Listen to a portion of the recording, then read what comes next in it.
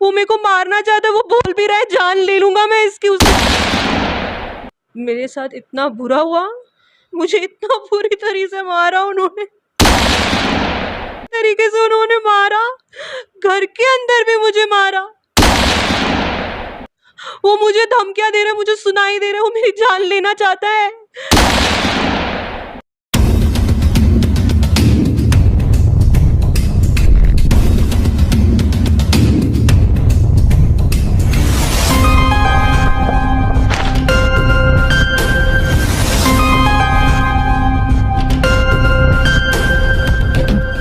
नमस्कार, हमारे चैनल में एक बार फिर से सभी दर्शकों का स्वागत है।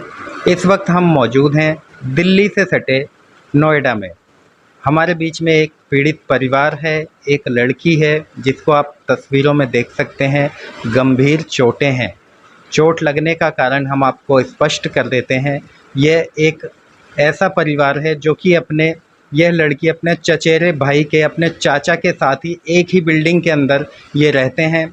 ग्राउंड फ्लोर पे बताया जा रहा है कि इनके चाचा रहते हैं, ऊपर ये लोग रहते हैं। 22 जून 2023 को मामूली कहासुनी के पीछे इनका आपस में झगड़ा हुआ। झगड़ा इतना बढ़ गया कि चाचा के लड़के मनीष तथा उनकी बेटी ने इस लड़की के ऊपर जानलेवा हमला किया। तस्वीरों में आप देख सकते हैं चोटें कितनी गंभीर हैं। सबसे ताज्जुब की बात, हैरान कर देने वाली बात यह है कि इतनी बड़ी घटना हो जाने के बाद भी पुलिस ने अभी तक इस मामले में एफआईआर दर्ज नहीं की है। जब पीड़ित परिवार ने पुलिस से अनुरोध किया कि इस मामले में एफआईआर दर्ज करके दोषियों के खिलाफ कार्रवाई की जाए, दोषियों का पक्षपात लेते हुए पुलिस ने कहा कि यदि आप एफआईआर करते हैं तो हम आपके खिलाफ भी एफआईआर करेंगे और आपके ऊपर कार्रवाई करेंगे। बताया जा रहा है कि पीड़ित लड़की के मामा की गवर्नमेंट जॉब है, सरकारी नौकरी है, उनके ऊपर एफआईआर करने की धमकी दी जा रही है, जिसके कारण परिवार बुरी तरीके से डरा हुआ है। आइए हम सीधा जुड़ेंगे पीड़ित परिवार से, वे क्या कुछ कहते हैं इस घटना के बारे में।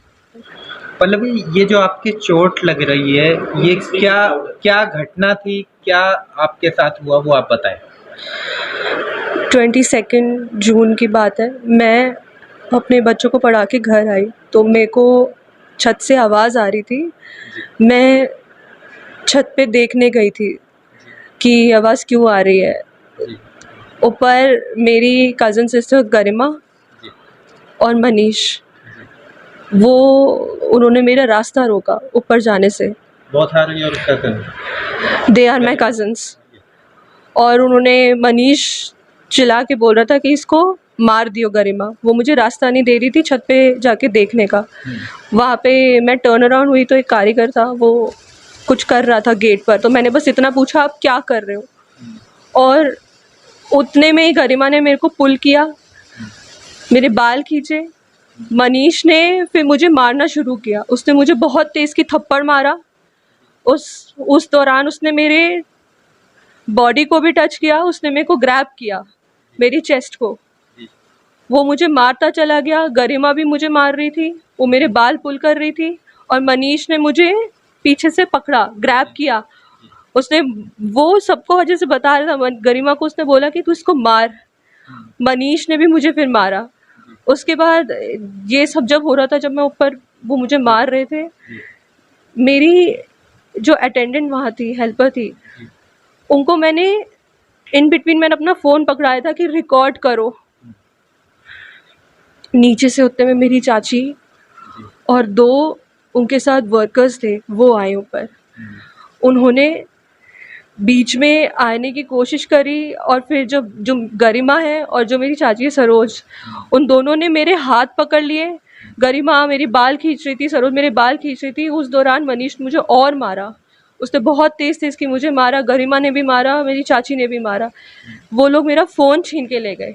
मैं बस वहाँ इतना बोल रही थी कि बस मेरा फ़ोन दे दो। उन्होंने मुझे इतनी तेज़ की मारा कि मैं सेंसलेस हो रही थी। बस मैं इतने मुँह से इतना बोल रही थी, बस मेरा फ़ोन दे दो। जब मैं नीचे आई सीढ़ियों में, वो मुझे घसीटते हुए आए हैं, मेरे बाल पकड़ते हुए। मैंने देखा और मनीष मेरा फ़ोन लेके चला गया था, तो मैं उसके पीछे गई। वो मुझे घसीटते हुए नीचे ले गए। ये जो झगड़ा हुआ है, क्या इसकी सूचना आपने पुलिस को दी? पुलिस दी में कंप्लेंट कराई आप? की थी, जी। क्या एक्शन लिया पुलिस ने? कोई एक्शन नहीं लिया। इस मामले में एफआईआर दर्ज की पुलिस ने? नहीं, नहीं की। कारण बताया पुलिस ने कि एफआईआर दर्ज क्यों नहीं कर रहे? उन्होंने मना कर दिया। 24th 22nd को ये घटना घटी। जी। हम थाने गए थे, उन्होंने बोला कि मेडिकल होगा। हम्म, 4 दिन उन्होंने मेरा डिले कराए मेडिकल करा करा के। हम्म, उसके बाद कृष्ण कुमार जो आईओ है, उन्होंने बोला, उन्होंने थ्रेटन किया है कि अगर हम एफआईआर लॉन्च करते हैं तो मेरी जो कज़िन है गरिमा, वो मेरे मामा के ऊपर एफआईआर लॉन्च करेगी। अच्छा, ये धमकी दी है? धमकी दी है उसने कि अगर आप करोगे तो हम भी करेंगे, और उसमें मेरे मामा की जॉब जाएगी। गवर्नमेंट सर्वेंट है? मेरे मामा की गवर्नमेंट जॉब है। वो धाराएं बताने लग गए हमको, वो हमें बहुत डरा रहे थे। ये जो हाथ में आपके फ्रैक्चर है, ये किस वजह से हुआ? जो गरिमा और मनीष थे, क्या उन्होंने हाथ मोड़ा था या क्या कारण है? हाँ, हाँ, किसने मोड़ा था आपका? गरिमा ने मेरा हाथ मोड़ा था नीचे की तरफ। जी। जब हम नीचे थे, जी। उसने मेरा हाथ बहुत तेज़ की मोड़ा था, और ऊपर भी गरिमा, सरोज चाची, वो दोनों ही मेरे हाथ, जैसे उन्होंने मेरे हाथ पकड़ लिया था कि मैं कुछ ना कर सकूं, और मनीष मुझे मारता गया। जी। ऊपर यही हुआ, उन्होंने मेरे हाथ पकड़े, मेरे बाल पकड़े, मेरा चश्मा गिर गया, वो मुझे मारता चला गया ऊपर। उसने मुझे ग्रैब भी किया और मैंने बोला भी, टच मत कर, हम्म, मारो मत। मैंने हेल्प मांगी, जो मरी माला आंटी ने, मैंने उनको हेल्प भी मांगी, मैंने कहा रिकॉर्ड करो, जी। पर उन्होंने मेरा फ़ोन स्नैच कर लिया और अच्छा। फिर वो मुझे मारते गए। उन्होंने मुझे ऊपर बहुत मारा, मनीष ने मुझे बहुत मारा, उसने मुझे बहुत गलत तरीके से टच किया, जिस पे मैं वहीं पे डर गई कि इसने मेरे को हाथ कैसे लगाया और कहाँ लगाया। उसने मेरे को ग्रैब किया है। जी। तो मैडम, इससे पहले भी क्या ऐसी घटना हुई है इस प्रकार हुई की? है, इससे पहले कब हुआ था झगड़ा? लगभग 1 महीना पहले। मेरे पापा को गरिमा ने, सरोज शाह जी ने, और मेरे जो चाचा हरीश चाचा, उनके हस्बैंड, जी। उन्होंने मेरे पापा पे भी हाथ उठाया है, मेरे पापा को मारा है। और गरिमा तब भी मेरे पापा के ऊपर, उनके ऊपर चढ़े जा रही थी, जैसे मेरे पापा को उसने फ़ोन छीन लिया। मेरे पापा बस इतना कह रहे थे, मेरा फ़ोन दे दो। तो उस उन दौरान आपके पापा की चोटें आई थी? आई थी, उन्हें लगी थी। उसने, गरिमा ने मेरे पापा का कॉलर पकड़ा था, धक्का दिया था। 3 बार मेरे पापा गिरने से बचे हैं। तो उस दौरान आपने पुलिस को शिकायत दी थी इस बात की? हमने पुलिस को कॉल किया, कृष्ण कुमार आए, जी। उन्होंने कुछ नहीं पूछा, मेरे पापा को ले गए। मेरे पापा को इतना मारा उन्होंने, वो मेरे पापा को ले गए। मेरे भैया जो बाद में आए, जो उस वक्त प्रेजेंट भी नहीं थे पूरे सिचुएशन में, वो उनको भी ले गए, तो उन्होंने पूछा पुलिस नहीं। उनका पक्ष लेती है, क्या कारण है, क्या लगता है जो पुलिस उनका पक्ष लेती है? मुझे समझ नहीं आ रहा है क्या कारण है। वो हमेशा, वो सुनते नहीं है। उसके बाद भी जब ये पूरा इंसिडेंट हुआ, हम पुलिस के पास गए थे, जब मेरे पापा को मारा। कौन सा थाना लगता है? 58 सेक्टर 58 नोएडा। सेक्टर। जी। उन्होंने सुनी भी नहीं, बिल्कुल इग्नोर, सुना तक नहीं। जब मेरी ये हालत हुई, जब मुझे इतना मारा, नीचे भी उन्होंने मुझे घर के अंदर बहुत मारा। मनीष ने मुझे बहुत गंदी तरह टच किया, उसने मुझे इतनी गंदी तरह ग्रैब करके किक किया है, उसने मुझे इतनी तेज़ की मारा, मैं जाके सोफे पे गिरी हूँ। वहाँ मैं, इसके बाद जब पुलिस ने आपको बोला हम एफआईआर नहीं करेंगे, तो आपने क्या इस बाबत कई आला अधिकारियों से संपर्क करने की कोशिश की? डीसीपी, अच्छा, वहाँ आपने कंप्लेंट दी? हाँ, जी। जब हम, जिस दिन ये इंसिडेंट हुआ है 22 जून, जी। जब मुझे इतना मारा जी। ऊपर घर के अंदर, जी। मेरे मामा, मेरी मामी, मेरे नाना नानी, मेरी मम्मी मुझे बचाने आए थे। जी। और क्योंकि वो मनीष पत्थर फेंक रहा था, सब कुछ फेंक रहा था, टोस्टर, कुछ ना कुछ उसने वो हमारे ऊपर फेंका। वहाँ पे हमें जान का खतरा था, वो हमारी जान लेना चाहते थे, तो हम वहाँ से सेक्टर 58 थाने गए थे। थाने में उन्होंने मुझसे एक बार नहीं पूछा। मैं रोती रही, मैं इतनी ट्रॉमेटाइज थी उस वक्त। उन्होंने मुझसे एक बार नहीं पूछा, एक बार मेरी तरफ देखा नहीं, और मैं बस वहाँ बैठ के लाचार, मेरे परिवार वाले सब लाचार, वो हंस रहे थे हम पे। कृष्ण कुमार हंस रहा था, वो वहाँ बैठ के औरों को ऐसे वीडियोस दिखा रहा था जैसे उसके पास पहले से कुछ पहुँचा हुआ है। वो हंस रहे थे हम पे। क्या रैंक है आईओ मनीष कुमार की, क्या रैंक है? सब इंस्पेक्टर हैं, हवलदार हैं, सिपाही हैं? कृष्ण कुमार जी। वो आईओ है। मैं अभी बहुत डरी हुई हूँ। हमारे चैनल के माध्यम से तमाम आला अधिकारियों से, पुलिस के आला अधिकारियों से आप क्या कहना चाहेंगे इस घटना को लेकर? मेरे साथ इतना बुरा हुआ, मुझे इतना बुरी तरीके से मारा उन्होंने, मुझे इतनी बुरी तरीके से उन्होंने मारा, घर के अंदर भी मुझे मारा। वो मुझे धमकियां दे रहा है, मुझे सुनाई दे रहा है, वो मेरी जान लेना चाहता है, वो मेरे को मारना चाहता है। वो बोल भी रहा है जान ले लूंगा मैं इसकी। उसने मेरे घर वालों को बोला काट डालूंगा मैं। पुलिस वालों ने कुछ नहीं किया। मुझे नहीं पता मैं कैसे पुलिस स्टेशन पहुंची, मैं थाने पहुंची हूँ।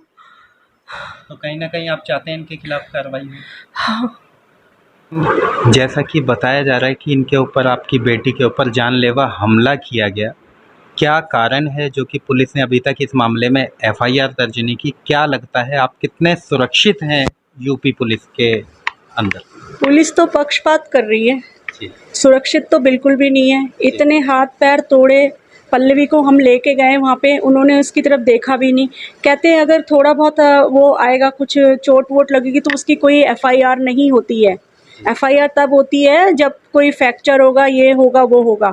5 दिन तक हमें वो मेडिकल करवाते रहे, टाइम वेस्ट करते रहे, ऐसे कर करके। फिलहाल ये फ्रैक्चर है, क्या हाँ, आपने अभी पुलिस को बताया? पुलिस नहीं, ने अब गलती नहीं की? हाँ नहीं, अभी पुलिस करवाया उन्होंने ही है इसका मेडिकल जो है, और मेडिकल में आ गया है कि हाथ में फ्रैक्चर है, नोज़ में फ्रैक्चर है, जी। नोज़ में, और जबड़े में भी आया है इसका प्रॉब्लम जो है। जी। ठीक है, वो सारी रिपोर्टें उनके पास है। उसके बाद भी वो हमारी कोई सुनवाई नहीं कर रहे हैं जो है, एफआईआर लेना ही नहीं चाह रहे। और अगर हम जा भी रहे हैं तो वो कह रहे हैं कि गरिमा कहती है कि मैं एफआईआर कर दूंगी, हमें ऐसे करके दबा रहे हैं कि हम इसके मामा के ऊपर एफआईआर कर देंगे जो है, हमें ऐसे करके रोक रहे हैं ये जो है।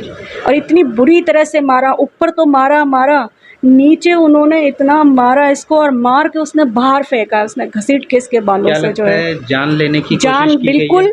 बिल्कुल लेने की कोशिश करी है, जान लेने की कोशिश करी है उसने जो है। वो मेरी बेटी को ख़त्म करना चाहता था, क्योंकि आज तो मैं इसको ख़त्म ही करके रखूँगा जो। आज तो मैं वो लोग क्या चाहते हैं, उनका मोटिव क्या है? मोटिव ये है कि वो जो जहाँ हम रह रहे हैं, नीचे वो रहते हैं, ऊपर हम रहते हैं, वो ये चाहती है कि मैं यहाँ से सबको भगा दूँ और अकेले इस प्रॉपर्टी में मैं रहूँ, जबकि मेरे छोटे देवर चंडीगढ़ रहते हैं और ऊपर हम रहते हैं, और ये जो मनीष राजपूत है, गरिमा राजपूत, सरोज राजपूत, ये नीचे रहते हैं। इन्होंने 4-5 साल से हमारा जीना हराम कर रखा है। पहली होली में भी इन्होंने 2 साल पहले मेरे हस्बैंड को मारा, पूरा मुँह में खून निकाल दिया। पुलिस ने वहीं पर ही रफा दफा कर दिया, क्योंकि पुलिस तो इनके साथ मिली हुई है जो है, वो तो हमारी सुनती ही नहीं है। उसके बाद फिर मेरे हस्बैंड को इन तीनों के तीनों ने मारा, फादर ने, हरिश्चंद्र ने, सरोज ने, और ये गरिमा जो है, ये गरिमा सबसे ज़्यादा। इससे पहले जो झगड़े हुए थे उसमें आपने पुलिस को शिकायतें दी थी इस बाबत?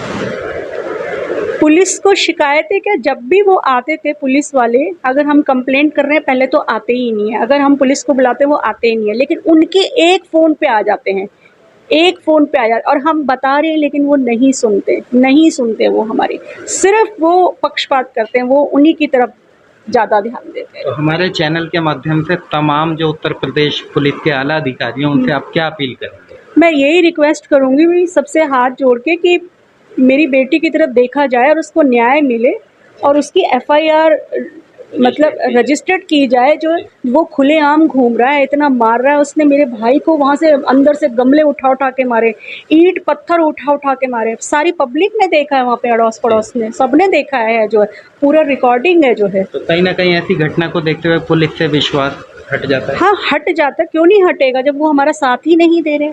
अभी तक 5 साल में उन्होंने हमारा कहीं साथ नहीं दिया।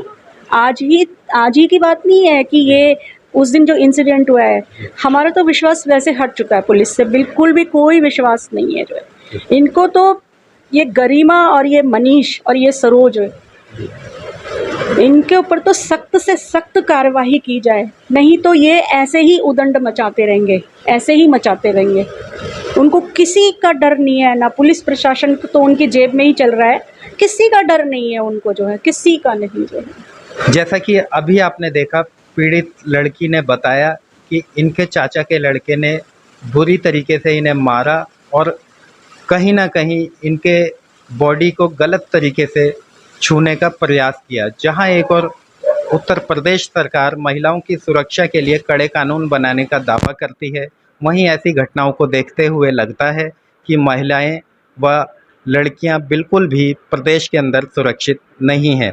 अब हम सीधा जुड़ेंगे, पीड़ित परिवार के वकील साहब हमारे बीच में हैं, उनसे जानेंगे आखिर क्या है पूरा मामला और क्या कुछ कार्रवाई वो दोषियों के खिलाफ करने वाले हैं।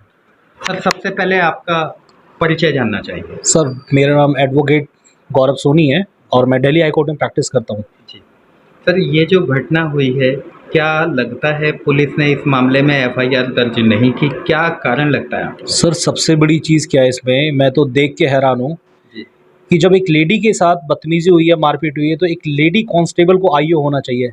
इसमें कृष्ण कुमार क्या कर रहे हैं? और कृष्ण कुमार पूछेंगे कि किस तरीके से टच किया, कहाँ मारा? 22 तारीख की घटना है, 22 जून की घटना है और 4-5 दिन इन्होंने ऐसे ही निकाल दिए। और उल्टा इनके ऊपर एलिगेशन लगाया जा रहा है कि अगर आपने कोई भी एक्शन लिया तो आपके जो मामा जी बचाने आए थे ना, उनके खिलाफ हम गरिमा की तरफ से कंप्लेंट कर देंगे। और गवर्नमेंट सरकारी जो मुलाजिम होता है कितना डरता है वो एफआईआर से, ये आपको भी पता है। यही रीज़न है कि इन्होंने किसी को अप्रोच नहीं किया अभी तक। बट इन्होंने रिटर्न, सबसे बड़ी चीज़, इन्होंने रिटर्न कंप्लेंट थाने में भी दी, डीसीपी साहब को भी दी, दोनों जगह से इन्हें रिसीविंग नहीं मिली।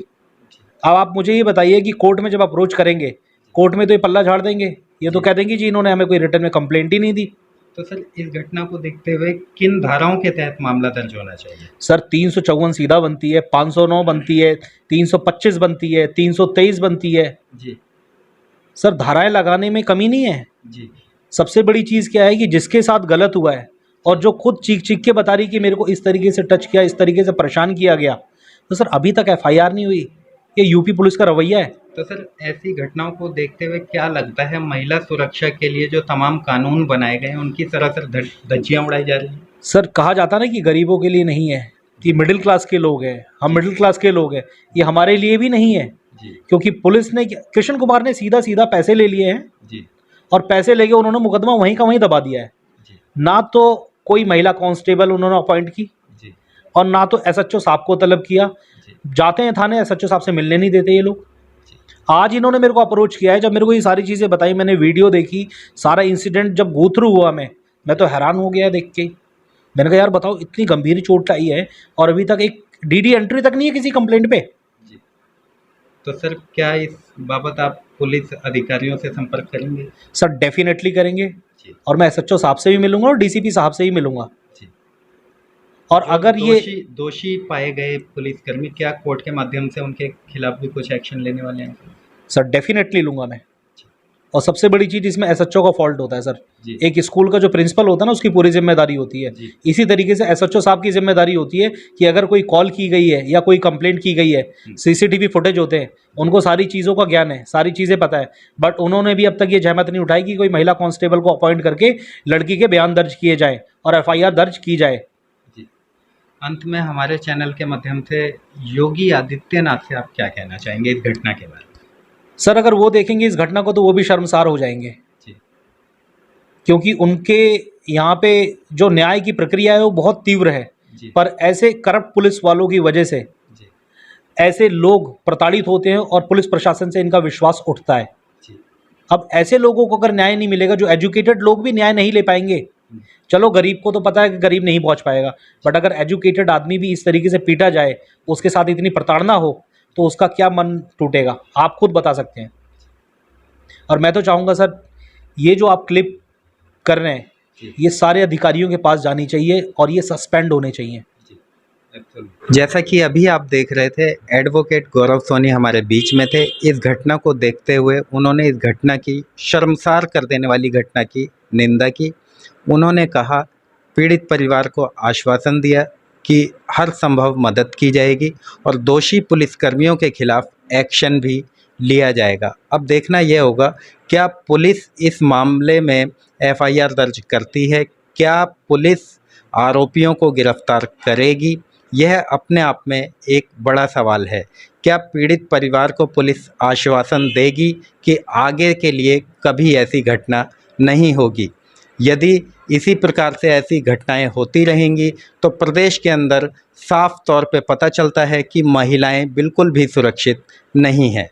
ऐसी ही तमाम खबरों के लिए हमारे साथ बने रहिए। मैं आकाश मौर्य, न्यूज़ 24 मीडिया के लिए, नोएडा से।